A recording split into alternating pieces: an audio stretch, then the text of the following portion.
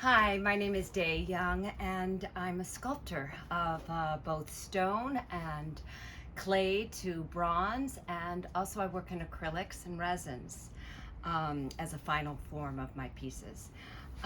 This is a piece of alabaster that I'm working on. I made this number of years ago, but it's been sitting outside and it's gotten a bit crusty. So I brought it into my studio to bring out the color and to resand it and then to seal it again so that it can stay outside for a number of years. Since COVID, I have brought my studio home, and this is where I work in all different mediums. I have right now about 3 or 4 different projects going, so I'll walk you around and explain them. This is a raw piece of stone, and I'm of the school of sculptors who believes that there is an angel or a spirit within that piece of rock, and it is me who will carve it and set that angel or that spirit free. So this is a perfect example of a raw piece of stone. Here's a piece of stone that is finished that I did, and I sourced the rock marble actually in Colorado, Marble, Colorado, and it's a piece of Yule marble, and which is a United States marble.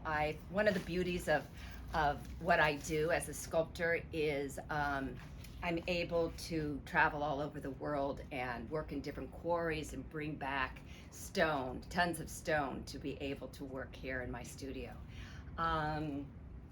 So this is Grace, and I started her in Colorado and then brought her back.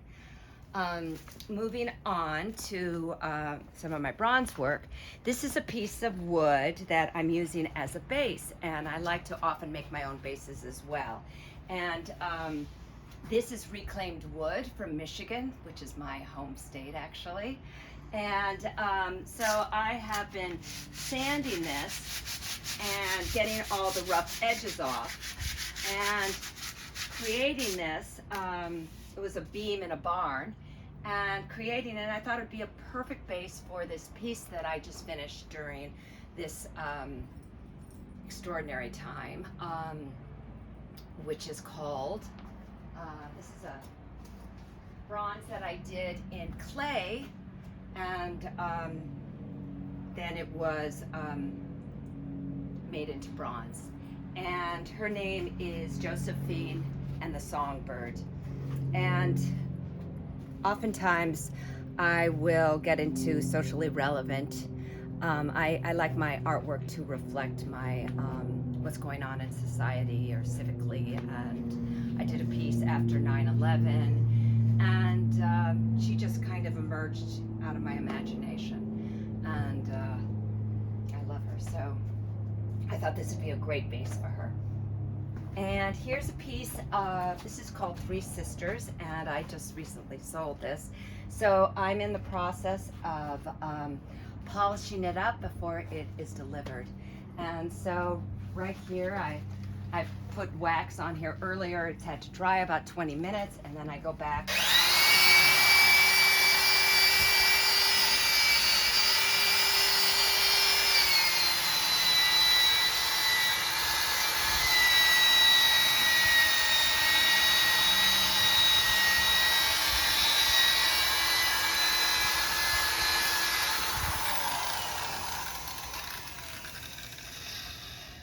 So needless to say, I love being a sculptor, and I love talking about my artwork and talking about the process. And the thing I've learned the most about being a sculptor, especially with my stonework, is that I